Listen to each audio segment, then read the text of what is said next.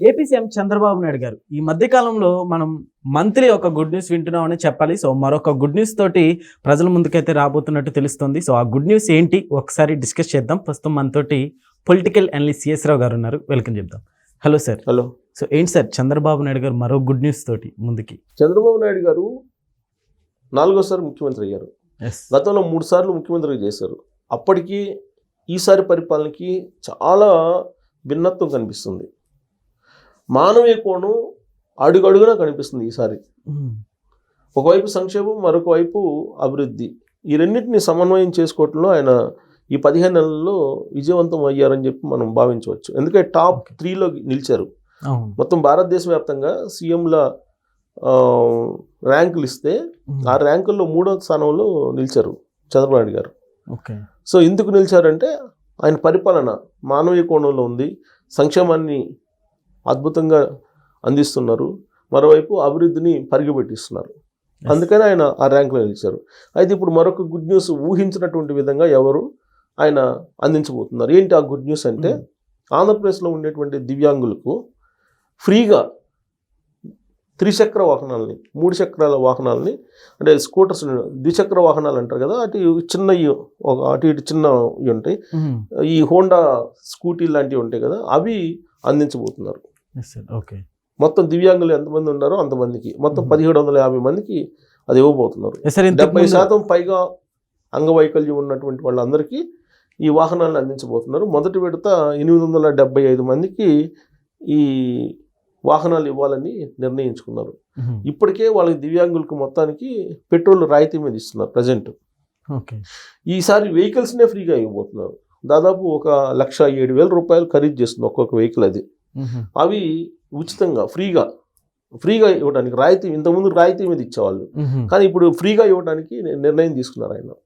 నిర్ణయం తీసుకొని దాన్ని ఇంప్లిమెంట్ చేయబోతున్నారు. ఆల్రెడీ దానికి సంబంధించి టెండర్ కూడా అయిపోయింది. RM మోటార్స్ అనేటువంటి సంస్థ ఈ టెండర్ని కైవసం చేసుకుంది. హోండా వెహికల్స్ని అందించబోతుంది. మొదటి విడతగా 875 వాహనాలు అందించబోతుంది. మిగిలినటువంటి వాళ్ళకి 2వ విడతలో అందించబోతుంది. అయితే దీనికి అర్హతలు కూడా పెట్టారు. ఏడాదికి 3 లక్షల రూపాయల ఆదాయం లోపల ఉండాలి అర్హత కావాలంటే కనుక. అలాగే ఎంపిక చేసేటువంటి ప్రక్రియ ఎక్కువగా ఈ ఉద్యోగాలు చేసేటువంటి వాళ్ళు, ఎందుకంటే వాళ్ళు డైలీ ట్రావెల్ చేయాలి కాబట్టి వాళ్ళకి, తర్వాత ఏజ్ 15 to 40 లోపల ఉండేటువంటి వాళ్ళకి ఎక్కువ ప్రాధాన్యత ఇవ్వాలనేటువంటి నిర్ణయాలు తీసుకున్నారు. ఇలా కొన్ని క్రైటీరియాస్ పెట్టుకొని తీసుకుంటున్నారు. అయితే అంగవైకల్యం ఎంత ఉండాలంటే 70% పైగా ఉన్నటువంటి వాళ్ళకి ఈ ఫ్రీగా వెహికల్స్ ఇవ్వబోతున్నారు. ఇది ఆయన ఎన్నికల టైంలో ఏం చెప్పలేదు. అవును సార్. కానీ ఎన్నికల టైంలో చెప్పకపోయినప్పటికీ మానవీయ కోణంలో ఆలోచించి దివ్యాంగులు పడుతున్న బాధలు, దివ్యాంగుల యొక్క వాళ్ళ బాధలు చూసిన తర్వాత చంద్రబాబు నాయుడు గారు తీసుకున్నటువంటి నిర్ణయం. ఎందుకనంటే వాళ్ళు ఒకవేళ నిరుద్యోగులు అయి ఉంటే వాళ్ళకి ప్రాధాన్యత ఇస్తున్నారు. ఇప్పుడు వాళ్ళ డిగ్రీ చదివి ఉండి నిరుద్యోగులు అయి ఉంటే కనుక ఖచ్చితంగా వాళ్ళకి ఈ ప్రాధాన్యత ఇవ్వాలి అనేటువంటిది ఒకటి. తర్వాత కొంతమంది ఏంటంటే స్వయం ఉపాధి, అంటే ఏదో ఒక పని చేసుకొని వాళ్ళు జీవనం సాగిస్తున్నారు. అలాంటి వాళ్ళని ఐడెంటిఫై చేసి వాళ్ళకి చేయూతనిచ్చేదానికి ఈ వెహికల్స్ ఇవ్వమని చెప్పారు. ఇలా గైడ్లైన్స్ ఒక్కొక్కటి ఫ్రేమ్ చేశారు. ఈ గైడ్లైన్స్ ప్రకారం అర్హులకి ఈ మొత్తం 1750 వెహికల్స్ ఇవ్వడానికి ఆయన సిద్ధమయ్యారు. మొత్తం దీనికి గాను దాదాపు 9 కోట్ల రూపాయలు ఖర్చు పెట్టడానికి సిద్ధమయ్యారు. ఇది లాంగ్ రన్లో కూడా పెట్రోల్ రాయితీలు కానీ ఏదైతేనే వాళ్ళ సంక్షేమం కోసం, దివ్యాంగుల సంక్షేమం కోసం. సో ఇది ఆయన మానవీయ కోణం అని చెప్పాలి. జనరల్గా ఎవరు కూడా అంత ఈజీగా అంత పట్టించుకోరు. కానీ ఆయన ప్రజల్లో తిరుగుతున్నప్పుడు దివ్యాంగులు పడుతున్నటువంటి బాధలు అవన్నీ చూసిన తర్వాత ఆయన తీసుకున్నటువంటి ఒక మంచి నిర్ణయం. ఒక రకంగా చెప్పాలంటే వాళ్ళకి ఒక చేయూత, ఆర్థిక పరంగా ఒక సహాయం అందిస్తే కనుక వాళ్ళు మళ్ళా ఆర్థికంగా పైకి వచ్చేదానికి దానికి ఉపయోగపడుతుందనే ఉద్దేశంతో ఈ నిర్ణయం తీసుకున్నారు. ఇంకోటి ఏంటంటే చంద్రబాబు నాయుడు గారు ఒక అద్భుతమైనటువంటి నిర్ణయం ఏం తీసుకున్నారంటే, 2 రోజుల క్రితం అందరికీ ఆరోగ్యం, అందరికీ వైద్యం అనేటువంటి ఒక కాన్సెప్ట్ తీసుకున్నారు. ఏంటి అందరికీ వైద్యం అంటే, ప్రతి కుటుంబాన్ని యూనిట్గా తీసుకొని ఈ కుటుంబానికి 25 లక్షల రూపాయల విలువైనటువంటి వైద్యాన్ని ఉచితంగా అందించబోతున్నారు. ఉచితంగా అందరికీ. ఇప్పటి వరకు మనం ఏం చూసాం, ration card, white Yes. Ration card ఉన్నటువంటి అవును. వాళ్ళకే హాస్పిటల్లో ఉచితంగా వైద్యం చేస్తారు, అంతే కదా. ఓకే. కానీ ఇక రాబోయేటువంటి రోజుల్లో యూనివర్సల్ హెల్త్ అనేటువంటి ఒక పాలసీని తీసుకొస్తున్నారు. ఆరోగ్యశ్రీ ప్లస్ ఆయుష్మాన్ బాబా ఈ రెండింటిని మిక్స్ చేసి యూనివర్సల్ హెల్త్ అనేటువంటి ఒకటి అంటే తీసుకొచ్చారు. 25 lakhs అంటే ఎట్లా సార్ మనకు మామూలుగా? 25 lakhs ఇంట్లో ఒక నలుగురు ఉన్నారు అనుకోండి, ఈ నలుగురికి ప్రభుత్వమే బీమా చేస్తుంది, హెల్త్ ఇన్సూరెన్స్ చేస్తుంది.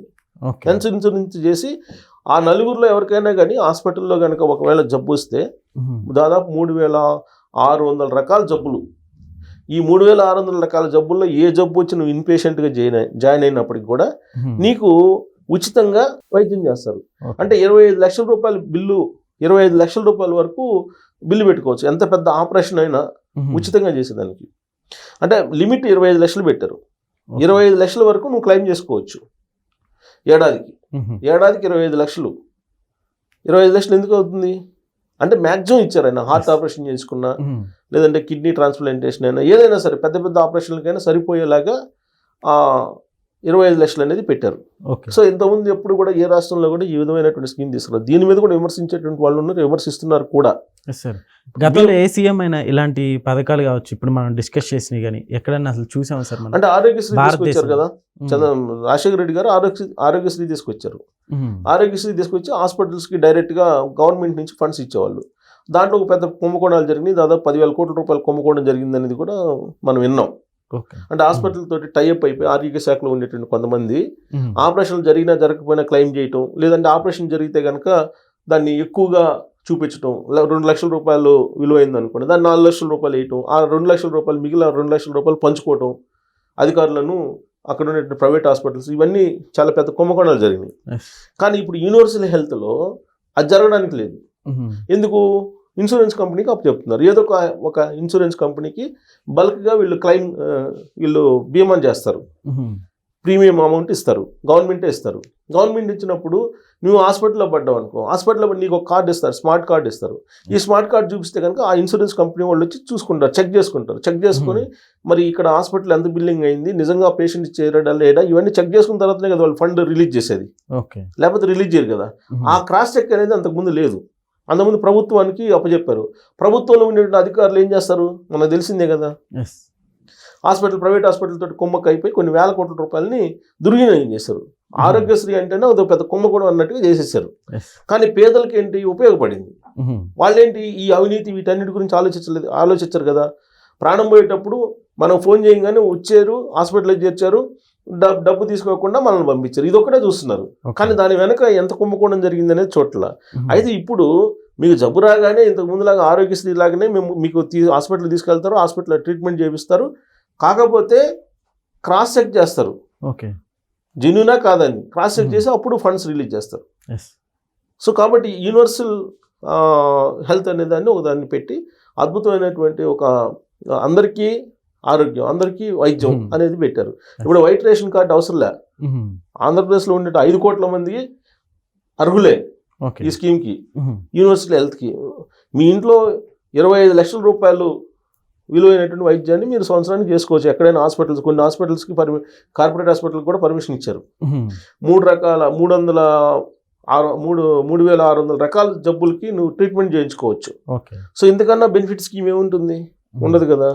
సో ఇప్పుడు మళ్ళీ మానవీయ కోణంలో ఆలోచించి దివ్యాంగులకి ఈ మోటార్ బైకులు, అదే స్కూటీలు ఇవ్వటం, ఇవన్నీ కూడా జరుగుతున్నాయి. అంటే ఎక్కడ వీలున్నంత వరకు సహాయం చేయాలో ఆ సహాయం చేయడానికి ఇప్పుడున్నటువంటి రాష్ట్ర ప్రభుత్వం, చంద్రబాబు నాయుడు గారి ప్రభుత్వం ఉదారంగా వ్యవహరిస్తుంది. వాళ్ళు ఎందుకు సేవ చేయాలి అనుకోవట్లా. ఖచ్చితంగా సంక్షేమం అందిస్తున్నారు. ప్రతి నెల 1వ తారీఖున 4,000 రూపాయలు పెన్షన్ ఇస్తున్నారు. ఒకవేళ 1వ తారీఖు సెలవు అయితే ముందు రోజే ఇస్తున్నారు. అలాగే 3 సిలిండర్లు ఇస్తున్నారు. దాంతోపాటు తల్లికి వందనం ఇచ్చారు. అవునా?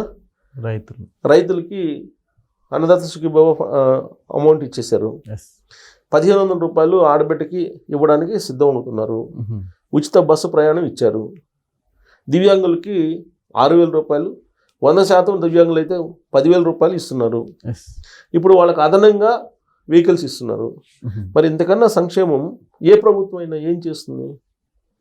ఇది అద్భుతమైనటువంటి సంక్షేమ కార్యక్రమాలు కదా. మ్యాక్సిమం చంద్రబాబు నాయుడు గారు ఒక మానవీయ కోణంలో ఆలోచించి ఈ సంక్షేమ పథకాలని ఆయన అందిస్తున్నారని చెప్పి చెప్పొచ్చు. Okay sir, thank you sir.